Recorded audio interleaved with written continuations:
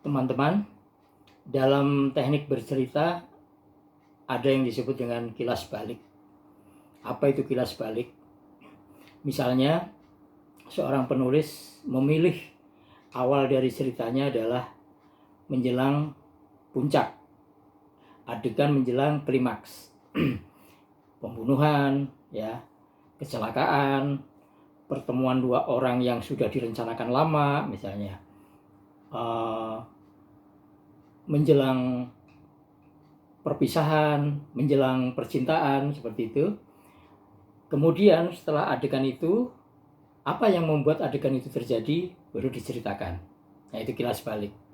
Mengapa disebut kilas? Kadang-kadang memang tidak panjang, ya. Tapi ada juga kilas balik yang panjang. Bahkan saya pernah menulis kilas balik bersusun dalam cerpen yang judulnya Aliasya Tak Mau Tidur. Itu di dalam kumpulan cerpen Senapan Cinta. Jadi kejadian ketika kecelakaan pesawat, ada kilas balik, di dalam kilas balik itu ada kilas balik lagi. Ya, itu persoalan teknik saja. Kilas balik juga ada yang jujur, terus terang. Maksud saya begini,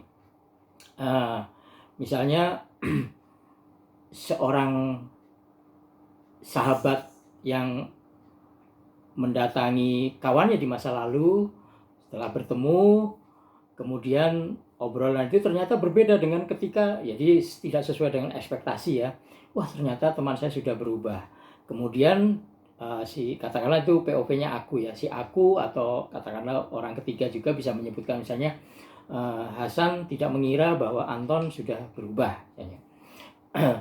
Dulu, ya, misalnya sebelum 3 tahun sebelum pertemuan ini pernah sekali bertemu. Nah, itu kilas balik, tapi betul-betul disampaikan bahwa itu merupakan kilas balik dahulu atau sebelum kami bertemu, misalnya begitu.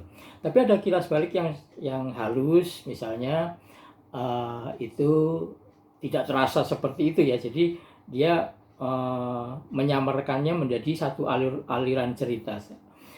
Misalnya seorang yang dipanggil wawancara, ketika dia diminta masuk ke ruangan katakanlah direksi atau manajer personalia, gitu, ya.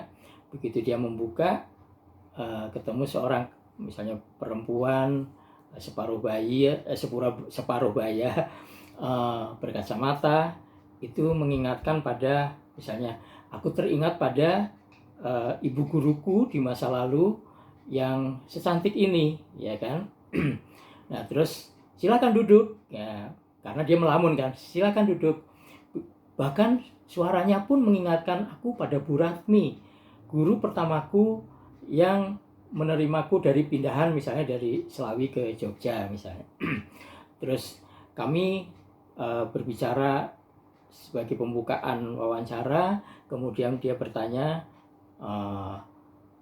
kamu dulu lulusan dari mana? Saya bilang SMA Loyola, misalnya, Semarang. Oh, Loyola itu juga sekolah saya alumni dari sana, misalnya si pewawancara mengatakan itu. Nah, si pewawancara itu bisa juga sekilas menceritakan masa lalunya, bahwa saya dulu selalu bintang kelas. Kenal nggak sama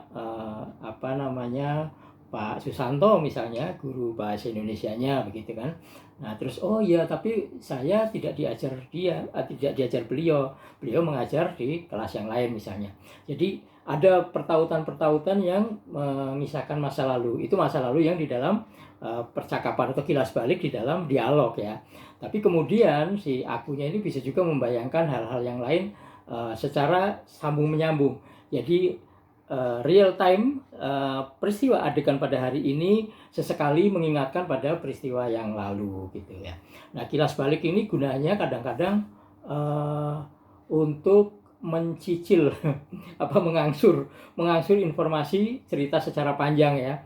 Jadi kalau cerita ini akan secara kronologi ditulis, itu barangkali kurang kreatif, ya. Jadi akan datar, walaupun nanti akan ada peristiwa-peristiwa yang mendebarkan, tapi menjadi lurus-lurus saja. Padahal ada teknik dengan sedikit mencoba menyisipkan kilas balik itu akan menjadi menarik. Jadi peristiwanya hari ini menceritakan mungkin 3 hari yang lalu, kemudian ketika percakapan berlangsung menceritakan 3 minggu yang lalu, pada suatu saat di titik tertentu mungkin akan mengingatkan 3 tahun yang lalu, seperti itu. Kemudian kilas balik ini juga penting untuk membuat cerita ini, yang pernah saya katakan bahwa bagaimana membuka cerita dengan memikat pembaca adalah door-nya dulu ya. Peristiwa yang menjelang puncak, karena biasanya puncaknya itu nanti atau kesimpulan dari konflik itu misalnya itu adalah menjadi ending, tapi dibuka dengan konflik. Terus apa penyebab konfliknya itu diceritakan secara kilas balik ya. Nah, itu menjadi satu teknik yang membuat pembaca itu dipertemukan dengan sesuatu yang akan menyedot perhatiannya. Saya kira kurang lebih seperti itu ya. Silakan teman-teman mencoba.